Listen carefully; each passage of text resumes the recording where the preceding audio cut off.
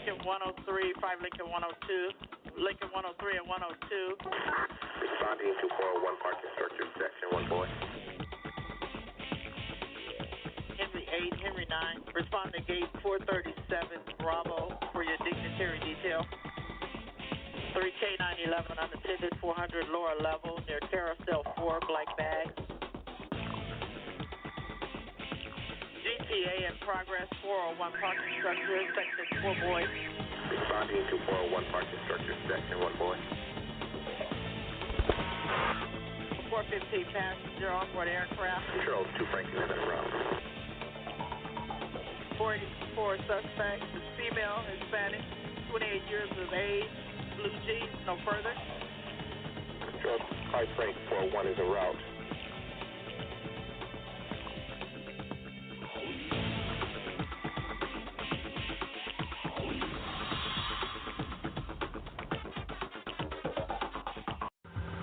Good morning, everyone, and welcome to this edition of the Private Officer Beat Radio on this Monday, very early Monday morning here on the 19th of March, 2018. Glad that you're listening, glad that you are joining us, whether on demand or live. We appreciate you wherever you are. And we've got a lot of information to share with you today, as always. Of course, a lot of breaking news has been hitting the scene, and we've got quite a bit of information to share with you. And of course, we're going to update you on some upcoming training as well as some positions, and we're even going to have a couple of happy birthday shout outs as well this morning. And we'll be talking here in this episode about threat assessment, something that many people are either not trained in or lack the skill in, or just need a refresher, because we're seeing too many security people being arrested for shooting, for murders, for assaulting people, and it happened again this week several times. Well, actually about half a dozen times. And so that's very concerning as well. So we'll be talking about that. A lot of information happening, and also just saw this on breaking news in the late night hours last night. If you live on the eastern coast, any place from, well, let's say the New England area down to even Virginia, guess what? I know I've got to be the bearer of bad news to you this morning, but another snowstorm with hail, sleet, winds, just a whole slew of different weather components coming together Tuesday and Wednesday, tomorrow and Wednesday, for many areas in and around and on the East Coast, the Atlantic. And gosh, this is going to be like the fourth time in a row in the last 3-4 weeks. And, you know, we're just a few days away from spring, as many of you are well aware, and probably just clamoring at the bits to get there. For us in North Carolina over the weekend, we saw temperatures of 68 and 73, and now next, you know, it's not exactly spring, but it's getting close. So hopefully for those of you who live on the eastern seaboard, the mid-Atlantic, you'll be able to get out of this mess without much damage, and hopefully this will be the last of winter's visits this year until, you know, maybe around Christmas time. But we'll see. But you know, if you're living in that area, be sure that you stay on top of all of the breaking news and weather, and that way you'll be safe. And, you know, again, not trying to be the bearer of bad news. It's just part of what I do, I guess. But as we move into spring, don't forget, this is actually soon going to be the beginning of the tornado season. We've already seen some tornadic several different locations has seen tornadoes tornadic actions, and we've also seen a lot of straight line wind damage in the last week or two. So be on top of that. Make sure that you have a weather box. If you don't, they're very inexpensive these days. $25, $30 at the most. Get yourself a nice weather box. Make sure it's in the house and on all the time. I know you probably got some kind of app from your local TV station on your phone, but as we all know, when you call someone up, hey, how come you didn't answer your phone last night? Oh, it was on the charger. Yeah, I forgot it needed to get charged. Oh, I shut it off accidentally. So if you accidentally shut your phone off or put it on the charger in the overnight hours and there's a severe weather emergency, you're not going to know about it until it's too late. So be sure to get yourself a weather box, especially if you live in the southeast area or the Midwest where you're prone for severe weather in the spring. It's very vitally important that you have one of those in your home. Okay, let's see. What can we say that's going to be uplifting? And, I'm going to have to bring a book of jokes with me to the studio, when I do these radio programs, because I'll tell you, it seems like the last 3 or 4 weeks, there's been nothing but bad news. Last weekend, all that terrible violence, 4 security officers killed, and private security killed 5 people. And a number of other security personnel was stabbed and injured last week. It was just hellacious all over, not just in one location or any particular area of the country. It was across the country. And, we've talked about this before. It's just increasing all of the time as more and more security officers are being used at greater risk accounts and clients. When you have security that are no longer protected in a locked factory or manufacturing company or office building, and they're actually out engaging the public, enforcing the rules and the laws of the land. And now with all of the school shootings and these school systems hiring people to be security and authorizing them to carry firearms with minimal training, that is very concerning. And so you're going to see these interactions and use of force continue to climb involving private security, as well as the injuries and deaths to private security.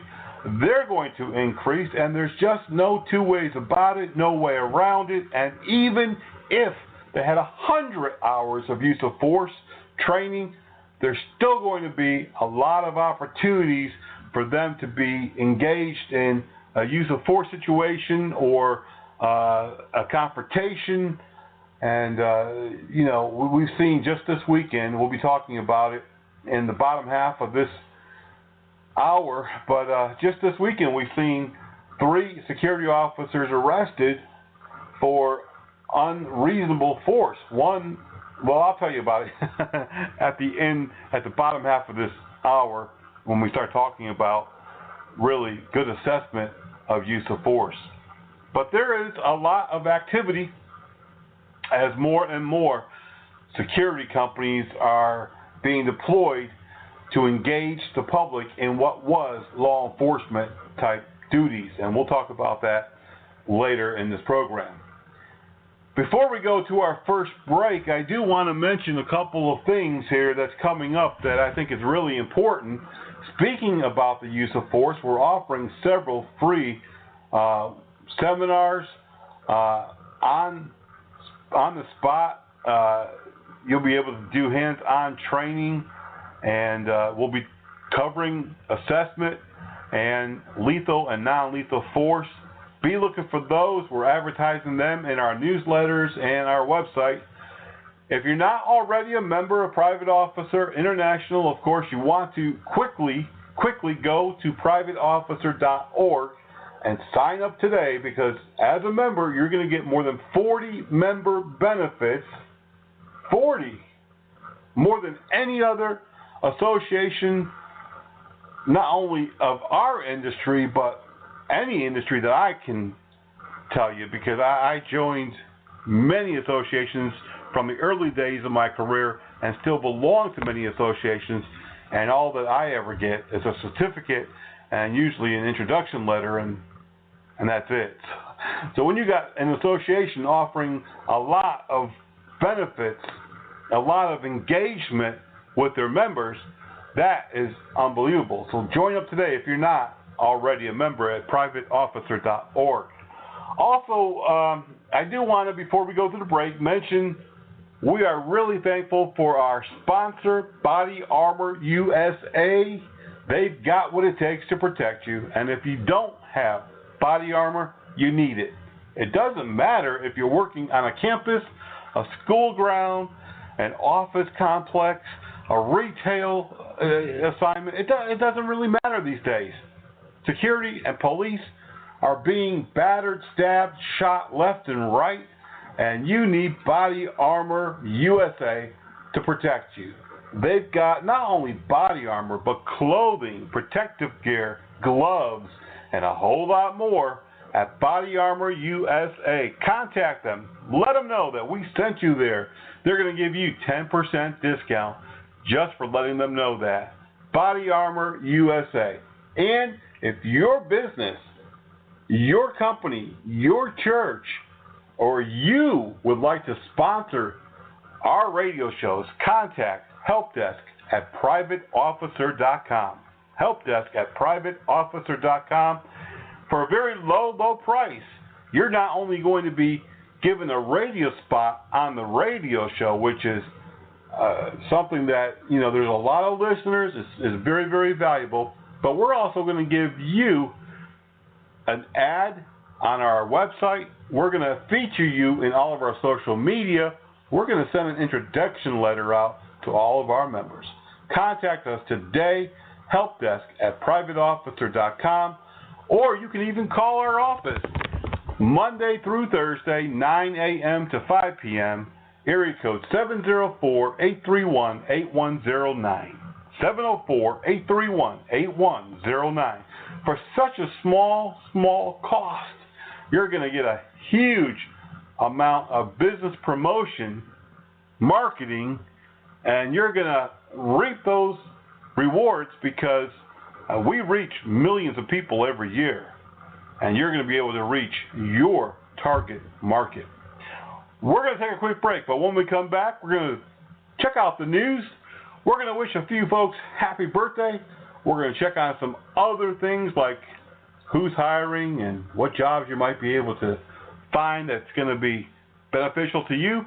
And we're going to talk about the breaking news. And, of course, we want to talk about assessing the danger, assessing the threat before making the wrong decision. We'll be right back after this message, so don't go away. Federal Aviation Administration wants you to fly your drone responsibly. Avoid flying your drone near other aircraft, especially near airports. Fly your drone below 400 feet. Always keep your drone in sight. If you see a safety issue involving drones, contact local law enforcement immediately. Fly smart. Fly safe. Have fun. Life is precious. Ask any of these people. They've been given a second chance at life through organ and tissue donation. But there are more than 84,000 Americans waiting for life-saving transplants. 17 people die every day waiting. I didn't know this until I lost my best friend, Lyric. She gave the gift of life to 5 people. That's why I've become an organ donor, too. One decision saves so many lives. Donate life.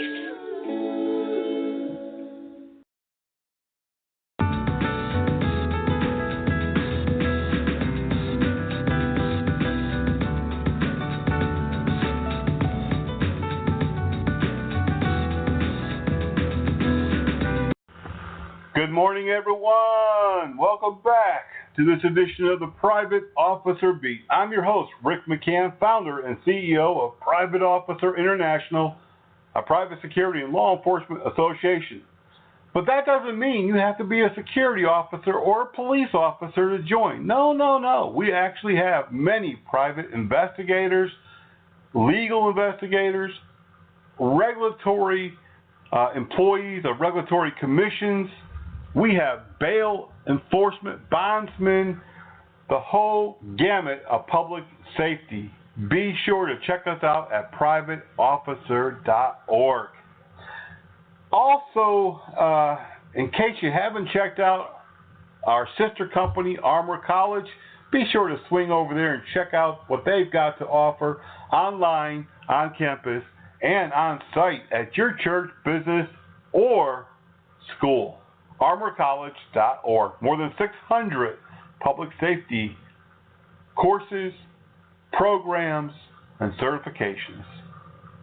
All right, we are back with you this morning on the Private Officer Beat. And before we go into the news, I do want to say happy birthday to David Lee Jones, New Boston, Texas. I'm not really quite sure where that's at, to be honest with you, but he knows where it's at. Happy birthday to you. We also want to say happy birthday to Daisy. I don't have a last name, and I know that she's listening this morning. And also, we've got a few other folks that we're going to recognize who's recently been promoted, and we'll have that for you on our next program. We want to make sure we get that all finalized for you. And if you're having a birthday, you've recently received a promotion, an award, you're being recognized by your company, your agency, send us a little note. You don't have to be a POI member. Some people think you do. Some people think, well, I can't really contact them and let them know what's happening because I'm not a member yet. Well, first of all, you do need to be a member. Hurry up and get to be a member. But in the meantime, you can send us your name, your happy birthdays, your anniversaries, your awards, promotions, the news in your area. We're glad to get that email from you. Helpdesk@privateofficer.com. Helpdesk@privateofficer.com. Hey, if you're in the Virginia area or D.C., we're hiring in Washington, D.C., a SPO instructor, special police officer. You've got to have at least 3 years of experience. You've got to be dependable.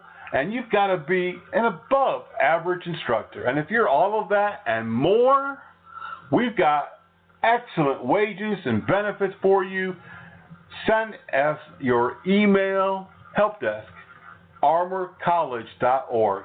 Helpdesk@armorcollege.org, or give them a call Monday through Thursday, 9 a.m. until 5 p.m. at area code 804-290-4388. If you live in the Virginia area and you're a DCJS armed instructor in Roanoke, down at the beach, or up in Northern Virginia, be sure to do the same because we're hiring 2 instructors for DCJS right now. We have a lot of different openings. Be sure to check out all of them at our website, privateofficer.org, today.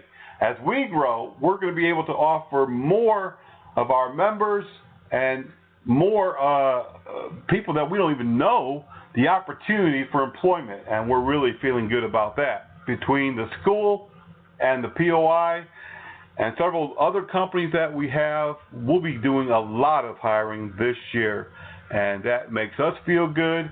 And we want to be the kind of employer that everybody wants to work for because we're easy to get along with, we're sincere and dedicated. We really want to have that above average relationship with our employees, and we do have that. So contact us today, and even if we don't have a job opening that's just right for you, we'd love to talk with you and get to know you, and maybe when something opens, we'll be able to give you a call. Send us your information, helpdesk@privateofficer.com. Helpdesk@privateofficer.com. We've got a lot of breaking news. I know that's a shock. I know. Well, you never have any news. No, we always got a lot of news. Sometimes a whole lot more than we can really get to you, get through on our radio program because there's so much going on. But one of the very important breaking news items, you may have seen this when we sent out the news alert over the weekend. An Indiana security officer was kidnapped in Gary, Indiana. A security officer that was working in Gary, Indiana was kidnapped, get this, by a former security guard for the same firm. He pulled out a weapon and aimed it at the security officer's head and ordered him to hand over his money and his firearm, eventually taking him to an ATM machine to withdraw money. The security officer was able to free himself while the driver was distracted and was able to contact police. Now, police do know the name of the suspect, Antoine Peterson, driving a gray Nissan. And if you know anything about that suspect, be sure to contact Gary, Indiana. While that's a very troubling situation, the fact is that several times a year, security officers do get kidnapped, usually by folks that they don't know, while on post. And they're robbed, disarmed, taken to the ATM, and then dropped off, usually with injuries. In Norridge, Illinois, mall security there got into a situation at the Harlem Irving Plaza where several juveniles creating a disturbance attempted to flee while they were being detained. Police were notified, and security and law enforcement were able to track down the suspects and take them into custody. In Beverly Hills, California, a security officer on patrol on Tuesday came across a burglary in progress at a jewelry store on Rodeo Drive North. While attempting to detain the suspects, he was assaulted. Law enforcement was able, a short time later, to do a traffic stop on the suspects and took 3 people into custody without any other incident. In Staten Island, New York, police there say that a man accused of shoplifting pulled a knife on a security officer and threatened him inside the Western Beef on Bay Street in Staten Island around noontime last week. Police responded, and they have taken the man into custody, and they've charged him with menacing, criminal possession of a weapon, and harassment. A man in Tacoma involved in a security incident with mall security at the Tacoma Mall fled on foot, crossed over Interstate 5 where he was hit by a vehicle and killed.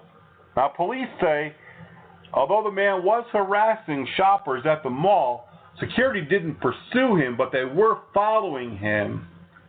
And unfortunately, in his attempt to flee, he was struck and killed by at least one vehicle. Police say in Tucson, a shoplifter, actually there were 2, but one shoplifter at the Circle K pulled a shotgun and fired it at the security officer as the men fled with some beer and other products. The security officer was not injured, but police are looking for the 2 suspects. Also in Tucson, Arizona, this is one of those situations that we were talking about earlier before we went to commercial.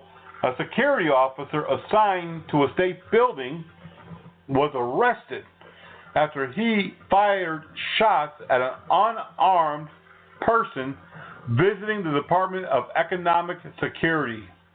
According to law enforcement, the security officer, 30-year-old Mahmoud Alamalaya, was arrested for aggravated assault with a deadly weapon and discharging a firearm within city limits. Police investigated the shooting for almost 2 days. They said there was no reason to use deadly force or any force in that situation, and the suspect, the security guard, is currently incarcerated. Another security guard was arrested during a SWAT operation at an illegal pot shop in Vista, California. Police there say that when they raided 2 illegal pot shops, marijuana dispensaries, that they found one man armed who was a security guard. He had a stolen firearm, and he was a felon and was not supposed to have any weapons. A second person, not identified as a security officer, was also arrested during that operation, and both men are currently held pending court appearance. New York City police officer has been arrested last week for taking part in a heroin trafficking ring.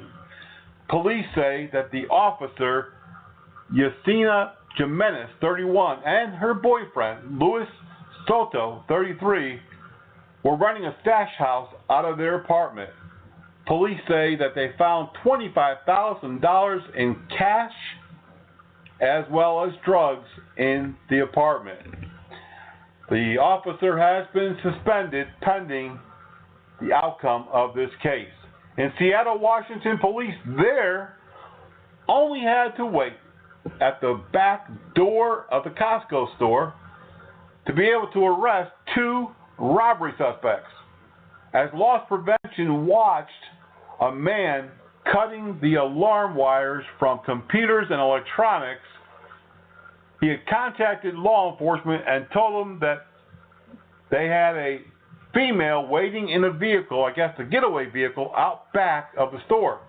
Police was able to take the female driver into custody and then just waited at the back door, and finally the male suspect came running out and they took both into custody.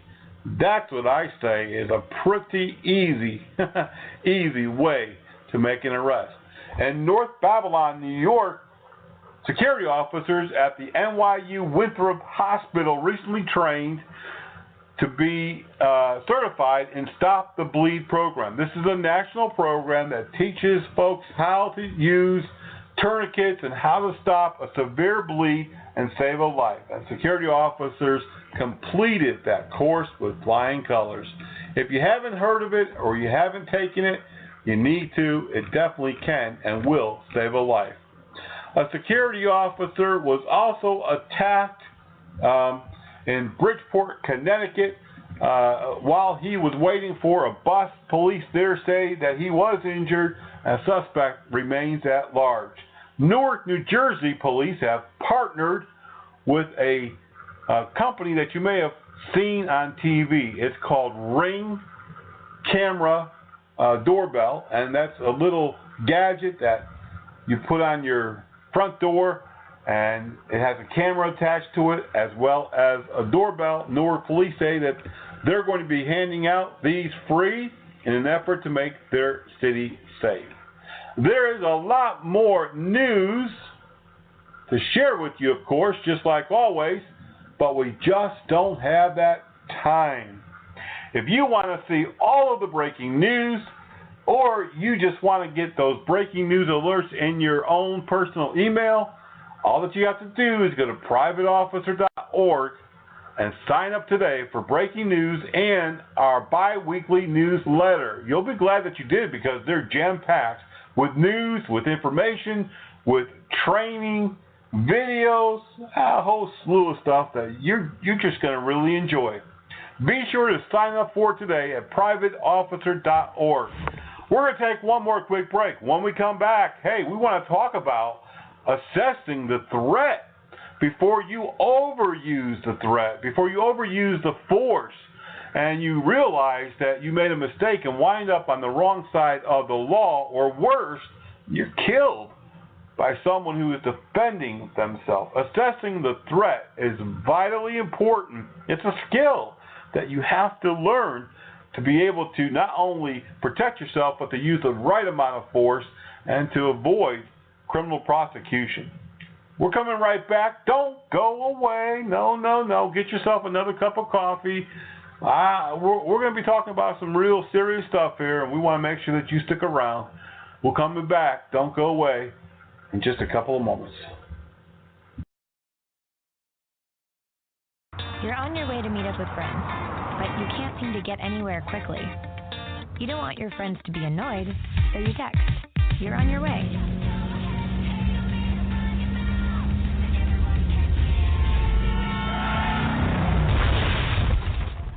5 seconds is the average time your eyes are off the road while texting while driving. Make sure you get where you're going.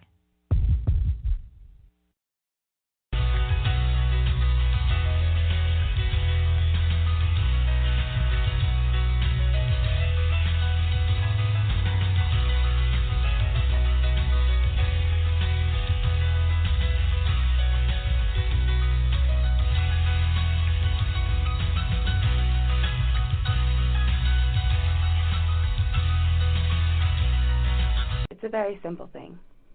It only takes 2 seconds. We all know we should do it. We all say we do it. But do we?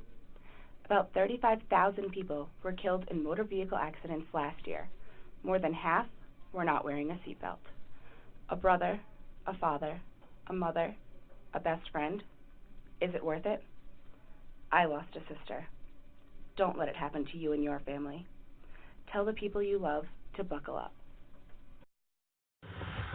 Welcome back to this Monday morning edition of the Private Officer Beat Radio.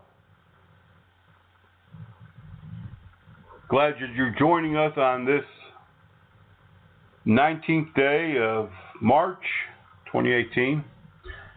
Be sure to join us for the Loss Prevention Zone midweek, and of course, every other Sunday, be sure to be joining us for On the Legal Side. If you've missed those recent episodes, you can, right here, listen to them on demand because all of our radio shows are stacked up and waiting for you in the library on site, both here as well as Rhapsody, iTunes,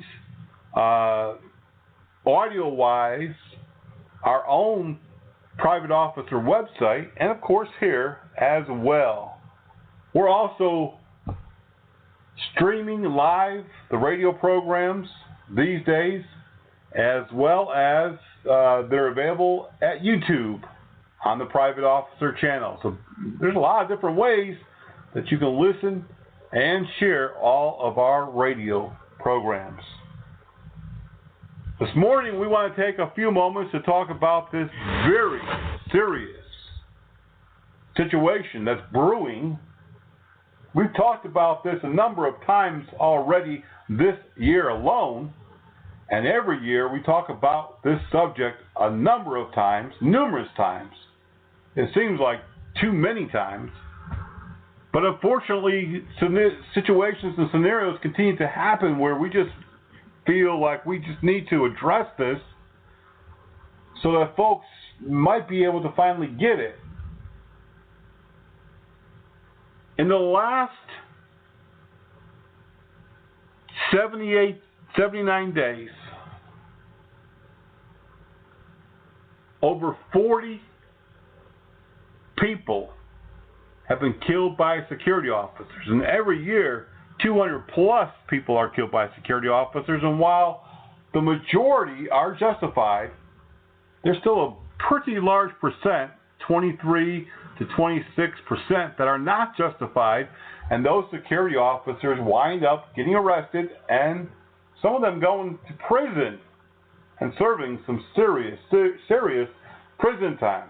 Now, this past week, 3 more security officers are arrested for using lethal force in situations that it did not warrant.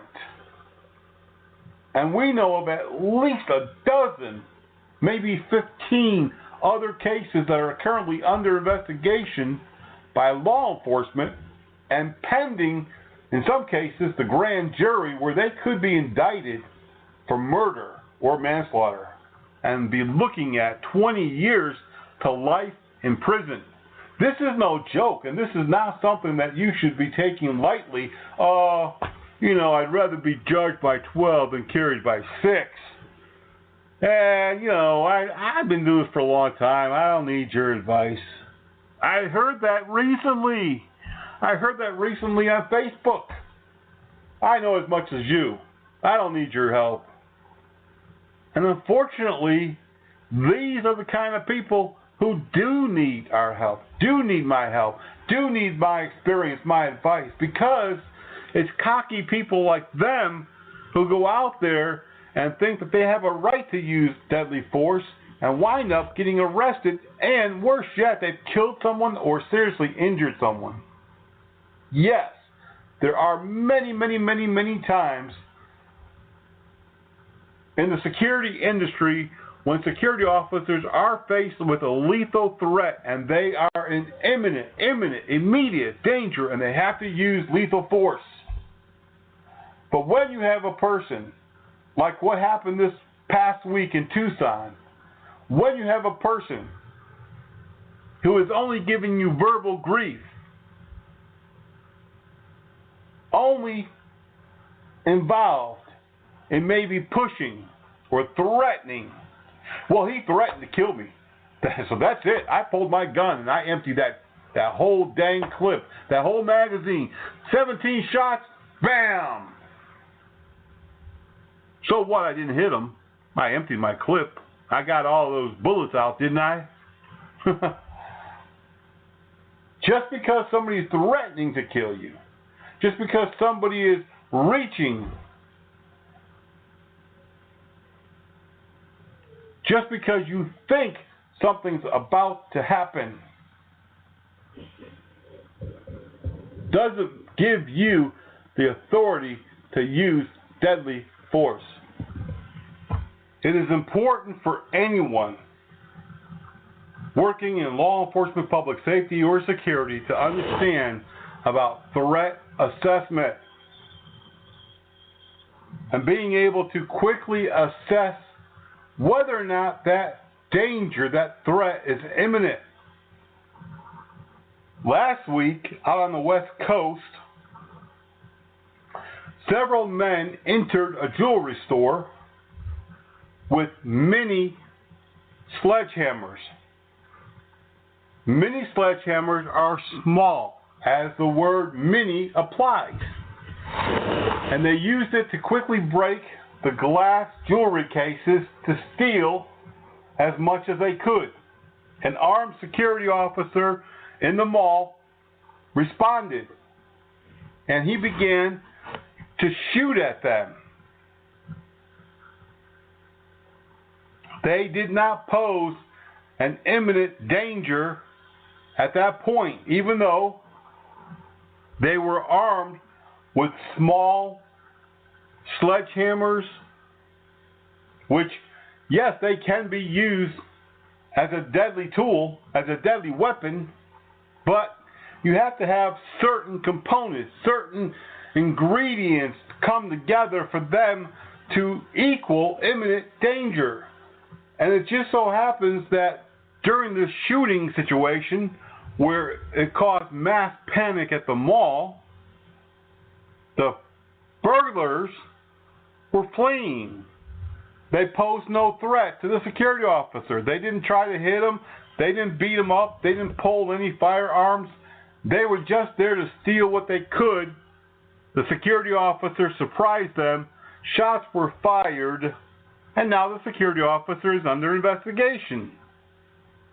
And could probably, I mean, I don't want to speculate too much, but could probably, based on my training and years of experience, could possibly face serious charges and prison time.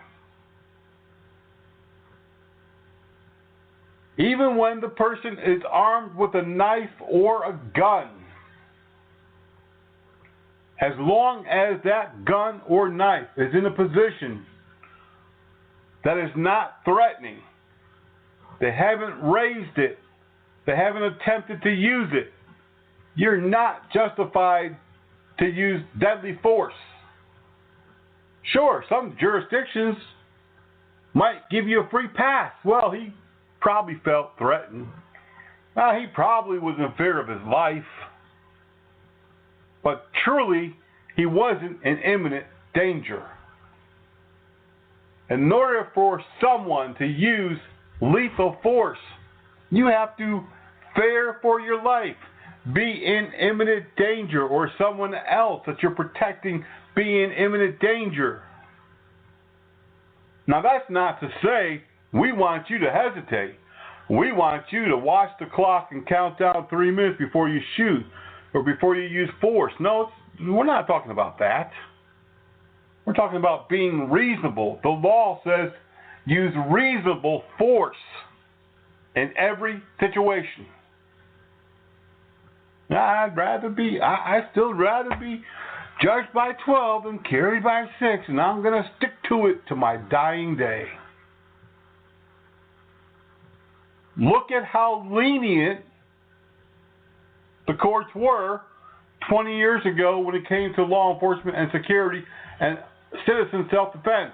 Now look at the courts 20 days forward, and we're seeing a different ideology. We're seeing a different mindset in many jurisdictions. Yes, most law enforcement are not prosecuted for the use of force because the grand jury, the citizens, believe that they were trying to do their job and they feared for their life, and that they have the experience to be able to determine what level of force needs to be used and applied at that particular time. Not so much with citizens. They always second guess whether or not that person should have used self-defense, whether or not that security officer had the right to use that level of force, and on and on and on. It's different for someone who is not a sworn officer. The standards are different.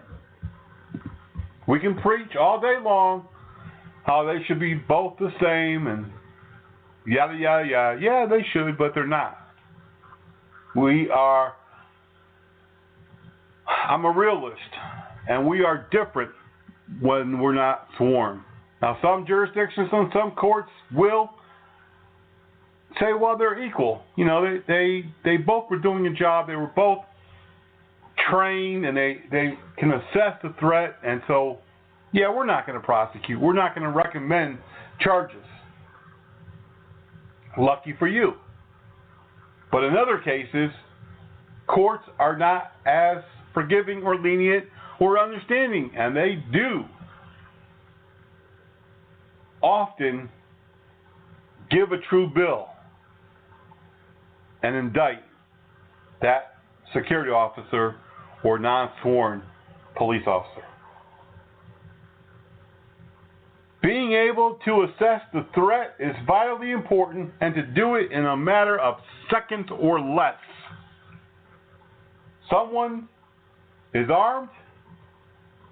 They're not a threat to you. They're not pointing a gun. You have to assess while being prepared, but make sure that you use reasonable and the right amount of force. It's not an easy task. It's not easy at all to be able to always know what level of force should be used. And some law enforcement officers in the last 5 years has hesitated. Some have used far less force than they really should have and put their lives truly on the line. Security officers equally have done the same thing. Assessing the threat. Assessing the threat. We always have to be assessing, monitoring, gauging, reading the scene, the individuals, the suspect, and respond with appropriate levels of force. That's all for this edition of the Private Officer Beat Radio. We hope that you've enjoyed this week's program and that you'll take this information to heart. Of course, as always, be safe, be blessed, and we'll see you back here on the radio next week.